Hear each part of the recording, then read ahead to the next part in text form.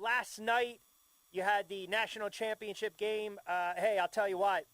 Give Georgia a ton of credit because typically the X factor, and I kind of mentioned this yesterday, and even leading up to the game, Nick Saban. And I was going back and forth with my buddies last night because I still felt, even though Georgia's defense was getting and dominating that offensive line, I still would have gone for it on 4th and short, to be quite honest. I mean, that's just me. I thought Saban, I'm not going to, part of me thinks he coached that scared, but once they lost Williams, that was pretty much all she wrote. Listen, give it up to Georgia, right? It's been a long time coming. You look at Saban, rarely loses as a dog, right? I think 5-1. And I just thought everything laid out last night for Alabama. I really did, and that's not the case. And as a wise man once said, that's why they play the game. So congrats to Georgia. They showed a ton of guts. You know, that quarterback, that kid, listen, you give credit where the credit is due. You know, you give credit where the credit is due. Sometimes guys that are not heralded, guys that maybe aren't flash, sometimes they just, you know, they step up and they make plays. And that's kind of what you saw last night. The defense stepped up. They made some plays, even though there were kind of fluky plays in that game. Everyone thinking it was going to go over, under, and then boom, you know, it hits the under. You got the late little barrage of points, but it still didn't bail you out. And I love the line. I mean, I'm thinking to myself, I'm getting points with Alabama. Let me ride with Alabama, pardon me.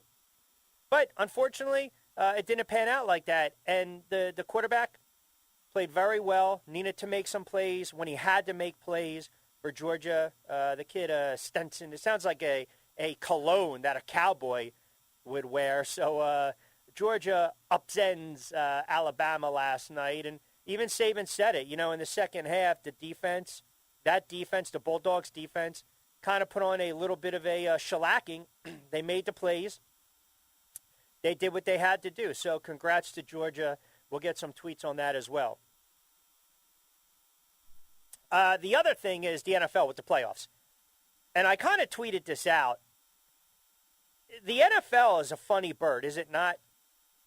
Because every year we talk about parity. It seems every year it's always cliche, parity. The NFL is wide open. It's no different this year. Can you make a case for and against every team? Sure. Can you make a stronger case for maybe 5 or 6 of those teams? Absolutely. Absolutely. I mean, I can go down the list. And I can sit there with some confidence. All right, do I want to take a flyer on Pittsburgh at plus 8,000? Probably not. Do I want to take a flyer on the Eagles at plus 6,600? Super Bowl odds? Or the Raiders at plus 5,000? Nah. But would I do something with Cincinnati, San Francisco? Yeah. I think San Francisco is a live dog going against the Dallas Cowboys. Look, the Eagles, they're going to have their work cut out for them against Tampa Bay. It's always good when you're kind of getting a team at the right time, right? We always talk about teams that have this tendency to go hot or be hot into the playoffs. And then you look at teams that are pretty much going the opposite direction. I mean, I look at these teams right now: Green Bay, Kansas City, Buffalo, Tampa, Tennessee, the Rams, Dallas, Arizona, Cincy, San Fran, New England, the Raiders, Pittsburgh, and the Philadelphia Eagles. Out of all those teams I just mentioned, I can say with confidence that if I'm going to bet these games, forget about the lines for a minute. If I'm just going to give you some insight on these games, favorites, right? Pros of these teams. Well, you look at Green Bay. Why? Because of the quarterback. You look at Kansas City. Why? Because of the quarterback. You look at Tampa Bay. Why? Because of the quarterback. Then you look at some of these other teams that know how to play a little defense. New England play a little defense. Tennessee can play a little defense. Then you look at some of these teams that offensively, they can light it up at any given moment. Arizona can put up points. Dallas can put up points. The Rams can put up points. So I can make a case for and against these teams. I can. And I think when you look at these games this weekend, and you'll see you wait to see. I mean, I'm telling people, hey, I don't have a problem waiting to see that closing line or waiting to the witching hour to jump on some of these games. The Eagles need to run the football, and they need to keep Brady off his spot, and you got to get a turnover here and there. You don't need Hurts to sling it 35 times. I mean, it's not rocket science when you look at this game. It really isn't. Now, are you guys confident, though, with a young head coach and Nick Sirianni, a young quarterback in Jalen Hurts? That is a really tough spot to go on the road, and you're getting 8.5. Then you look at the 49ers. Jimmy G is a playoff quarterback. We've seen Prescott and the Cowboys in the playoffs. That line's sitting right at 3. Not much movement. Everyone thinks the Steelers are going to get waxed by Kansas City. It could be a good tease play. I'm not touching that game. Then you've got the Rams and Arizona. Rams are laying 4. I'm not really keen on that game just yet. What's interesting, if you look at these games over the weekend, you've got an AFC matchup where two teams split in the Pats and the Bills. Now, I don't know what the weather's going to be like, but that total is 43. I mean, can you think of New England getting to 23, 24? Can the Buffalo Bills get to 23, 24 to hit that over? And then Cincinnati and the Raiders are not a cold weather team, and that total is 49. So how much of an offensive output can we see from the Vegas Raiders? So each game in itself, right, there's so many variables, there's so many tangibles, whether we're talking about weather, whether we're talking about injuries, whether we're talking about teams that are offensively coming in with a hot start, a good streak.